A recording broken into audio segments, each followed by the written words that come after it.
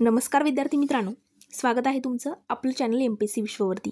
तर मित्रांनो, आपण जो काही कंबाईन ग्रुप सीचा 2024चा पेपर झालेला आहे प्रिलिम्स एक्झाम्स, तर मित्रांनो त्यामध्ये आयोगाने इतिहास, भूगोल, राज्यशास्त्र, अर्थशास्त्र जे काही विषय आहेत त्यामध्ये कोणकोणते प्रश्न आणि किती प्रश्न विचारलेले आहेत ते आपण सविस्तररित्या बघत आहोत। आजचा आपला म्हणजे आताचा तिसरा पार्ट आहे बघा। पहिल्या पार्टमध्ये आपण इतिहास बघितला, दुसऱ्या पार्टमध्ये भूगोलचे 10 प्रश्न बघितले आणि आजचा तिसरा पार्ट याच्यामध्ये आपण इकॉनॉमिक्सचे जे काही 15 प्रश्न विचारलेले आहेत ते आपण बघणार आहोत। मग कंबाईन 2024च्या ग्रुप सीच्या पेपरला 2024मध्ये आयोगाने नक्की इकॉनॉमिक्समध्ये कोणते 15 प्रश्न विचारले ते आपण बघूयात। हा सेट डी आहे हे लक्षात घ्या। आणि मित्रांनो, आता तुमचा थोड्या वेळाने आपण डायरेक्टली आपल्या मेन मुद्द्याकडे जाऊयात। त्यापूर्वी चॅनलवरती जर तुम्ही पहिल्यांदाच आले असाल तर आपले चॅनल सबस्क्राईब करून बेल आयकॉनवरती सुद्धा नक्की प्रेस करा, जेणेकरून इथून पुढे जेवढं काही free of cost quality content असेल तुमच्यापर्यंत लवकरात लवकर पोहोचेल। आणि सोबतच आपल्या चॅनलच्या याच व्हिडिओच्या डिस्क्रिप्शन बॉक्समध्ये सोबतच कमेंट सेक्शनमध्ये मी टेलिग्राम ग्रुपची लिंक दिलेली आहे, तर टेलिग्राम ग्रुप सुद्धा जॉईन करायचा आहे। आजच तो टेलिग्राम ग्रुप मी त्या ठिकाणी ओपन केलेला आहे। आपलं व्हॉट्सअप चॅनल आहे, तिकडे भरपूर स्टुडंट 750-800 स्टुडंट जॉईन होते। मात्र विषय असा आहे की ते आपल्याला PDF डायरेक्टली टाकता येत नाही आहे व्हॉट्सअप चॅनलला, त्याच्यामुळे मी टेलिग्रामचा ग्रुप बनवलेला आहे। त्यामध्ये आयोगाचे जेवढे काही PYQ असतील 2024चा पेपर, 23चा, 22चा, 21चा, अशा सिरियल वाईज मी ग्रुप B, ग्रुप C सगळे पेपर त्या ठिकाणी अपलोड करणार आहे। सोबत स्पष्टीकरण वगैरे त्याचे सुद्धा PDF मिळतील, त्यामुळे टेलिग्रामचा ग्रुप सुद्धा जॉईन करायचा आहे।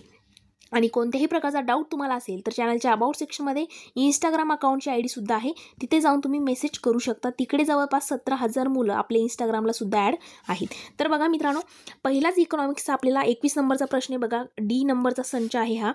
केंद्र शासनाकडून प्राप्त होणारे अनुदाने हा महसुली जमेचा एक प्रमुख घटक आहे। खालीलपैकी कोणत्या अनुदानाचा त्याच्यामध्ये समावेश होतो? तर आपल्याला माहिती आहे महसुली जमा, भांडवली जमा वगैरे, तर त्यामध्ये महसुली जमेमध्ये कोणत्या अनुदानांचा समावेश होतो असं आपल्याला विचारले।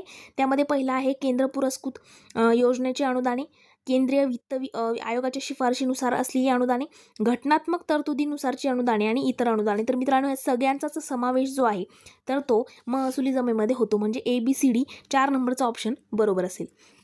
22वा आपला प्रश्न आहे इकॉनॉमिक्सचा, की म्हणजे दुसरा प्रश्न इकॉनॉमिक्सचा आणि प्रश्न संचामधला 22वा प्रश्न। रिझर्व्ह बँक ऑफ इंडियाची स्थापना सन 1935 मध्ये करण्यात आली। आता आपल्याला याच्यामध्ये बरोबर विधानं विचारलेले आहेत। कधी पण असं विधानात्मक प्रश्न आला तर खाली वरीलपैकी कोणते विधान बरोबर आहे, चूक आहे, योग्य, अयोग्य असं असेल तर बरोबर असं कीवर्डला तुम्ही गोल करायचं आहे। तर बरोबर विधानं विचारलेले आहेत। तर त्यामध्ये पहिलं आहे की रिझर्व्ह बँक ऑफ इंडियाची स्थापना 1935 मध्ये झाली का? तर यस, 1934चा कायदा आणि 1935 मध्ये स्थापना। भारतामधील प्रमुख 14 व्यापारी बँकांचे जुलै 1959 मध्ये राष्ट्रीयकरण झालं का? हे चुकीचं आहे। जुलै 1955 मध्ये स्टेट बँक ऑफ इंडियाची स्थापना म्हणजे SBI ची स्थापना ही 1955 आहे का? तर हे बरोबर। आणि रिझर्व्ह बँकेचे मुख्य कार्यालय मुंबई येथे आहे। तर मित्रांनो, याचं उत्तर आहे D, म्हणजेच ACD। हे 4 ऑप्शन या ठिकाणी 3 ऑप्शन बरोबर आणि दुसऱ्या नंबरचं चूक आहे। 23वा प्रश्न बघा, खालीलपैकी कोणते विधान लेखापालनाच्या फायद्याच्या संबंधित योग्य आहेत असं विचारले। त्यामध्ये आपल्याला एक पहिलं दिलंय की सर्व आर्थिक व्यवहारांच्या नियमित नोंदी झालेल्या असलेल्या ही माहिती भविष्यकाळामध्ये संदर्भासाठी वापरता येते। आता बघा, आपल्याला लेखापालनाचा फायदा काय हे विचारलेलं आहे।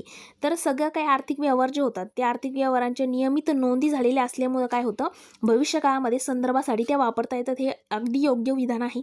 दुसरं की पुरावा म्हणून त्या ठिकाणी खाते पुस्तकातील माहितीचा उपयोग करता येतो का? तर हे पण बरोबर। स्मरणशक्तीवर अवलंबून राहण्याची गरज राहत नाही, त्यामुळे व्यवहारामध्ये सातत्य टिकून राहते, हे पण बरोबर। आर्थिक व्यवहारामध्ये नियंत्रण ठेवणं शक्य होत नाही का रे? होतं शक्य, म्हणून हे चुकीचं आहे। एकदम सोपा प्रश्न होता, फक्त ABC हे बरोबर 2 नंबरचं ऑप्शन बरोबर असेल। नंतरचा आपला 4था प्रश्न इकॉनॉमिक्सचा आहे की महाराष्ट्राची आर्थिक पाहणी 2023-24 नुसार राज्याच्या स्वतःच्या त्या ठिकाणी कर महसुलामध्ये बघा काय विचारले आपल्याला, राज्याच्या स्वतःच्या कर महसुलामध्ये डॅश डॅश कराचा सर्वाधिक हिस्सा आहे। तर मित्रांनो, तो आहे वस्तू आणि सेवा कराचा, म्हणजेच गुड अँड सर्व्हिस टॅक्स GSTचा सगळ्यात जास्त समावेश आहे 2023-24च्या अहवालानुसार। 25वा आणि आपल्या आजचा इकॉनॉमिक्सचा 5वा प्रश्न की महाराष्ट्र सहकारी अधिनियम 1960 नुसार खालीलपैकी कोणते सहकारी संस्थेचे अंकेक्षण करण्याचा उद्देश नाही किंवा उद्देश नाहीत असं विचारलंय। तर मित्रांनो, याचं उत्तर जे आहे उद्देश कोणता नाही. आता बघा, सहकारी कायद्यानुसार नोंदणी झालेल्या सहकारी संस्थांनी हिशेबाची सर्व पुस्तके नियमानुसार ठेवली किंवा नाही हे तपासणं हे त्यांचा आहे उद्देश आहे. सहकारी संस्थांचे व्यवस्थापन सहकार कायद्याप्रमाणे आणि सहकाराच्या तत्वानुसार होते किंवा नाही हे तपासणे हे पण बरोबर. मात्र सहकारी संस्थेमध्ये गैरव्यवहार आढळल्यास संचालकांना जबाबदार धरून आर्थिक दंड करणं हे त्यांचा उद्देश त्याचा नाही. त्यामुळे फक्त सी हे त्या ठिकाणी उत्तर असेल. त्यानंतरचा प्रश्न आहे बघा, की भारतातील मृत्यूदर कमी होण्याची खालीलपैकी कोणती कारणे आहेत. तर मित्रांनो, मृत्यूदर कमी होण्याची महामारी नियंत्रण हे एक कार्य त्या ठिकाणी कारण आहे. मलेरिया आणि क्षयरोगाच्या घटनांमध्ये घट होणं, सोबत शिक्षणाचा विस्तार आणि साक्षरतेमध्ये वाढ हे सगळे कारण कशाचे आहे की याच्यामुळे मृत्यूदरामध्ये घट झालेली आहे. पण एकत्र कुटुंब पद्धती याचं उत्तर नाही आहे. म्हणून त्या ठिकाणी कोणती कारणे आहेत विचारले, मग सी नाही आहे. तर याच्यामध्ये सी आहे, याच्यामध्ये सी आहे, याच्यामध्ये सी आहे, त्याच्यामुळे याचं उत्तर असेल ए, बी आणि डी. पर्याय क्रमांक 4.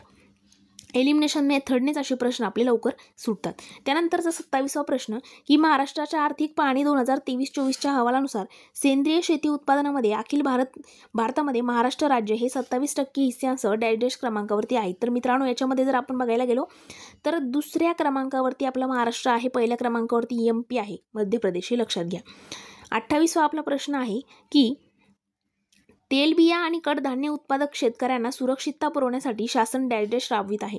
तर मित्रांनो, तेलबिया आणि कडधान्य उत्पादक शेतकऱ्यांना सुरक्षितता पुरवण्यासाठी आपलं शासन काय राबवत आहे? प्रधानमंत्री अन्नदाता आय संरक्षण अभियान हे त्याचं उत्तर आहे. नंतरचा 29वा प्रश्न आपला, की राष्ट्रीय उत्पन्नाच्या हिशेबासाठी 1993-94 या मूळ वर्षाऐवजी CSO द्वारे कोणत्या सुधारित वर्षाचा वापर करण्यात आला? आता इथं मित्रांनो सगळ्यांना उत्तर हे माहीत होतं की 1999 ते 2000 हे त्याचं उत्तर आहे.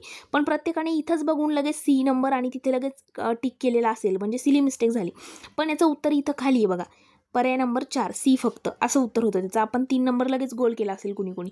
तर हे त्याचं उत्तर आहे. असे प्रश्न एकदम आवर्जून नीट लक्ष देऊन बघत जा. 30वा प्रश्न आहे, भारत सरकारच्या 2024-25 अर्थसंकल्पातील प्रमुख बाबींच्या खर्चाच्या संदर्भात खालील विधाने विचारात घ्या.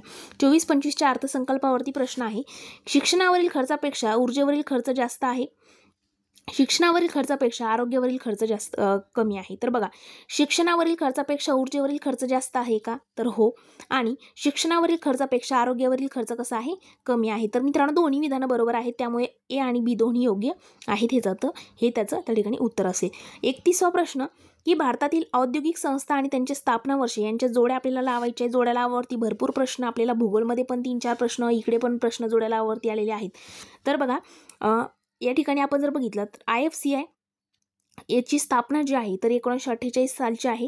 IDBIची स्थापना 1964 सालची आहे. IDBIची जरी माहीत असेल तरी हा त्या ठिकाणी प्रश्न जो आहे आपला सुटतो. IDBIची 1964ची स्थापना आहे आणि इथे बचं एकच ऑप्शन या ठिकाणी दिसतं, त्याच्यामुळे हा प्रश्न एकदम इझिली सुटतो.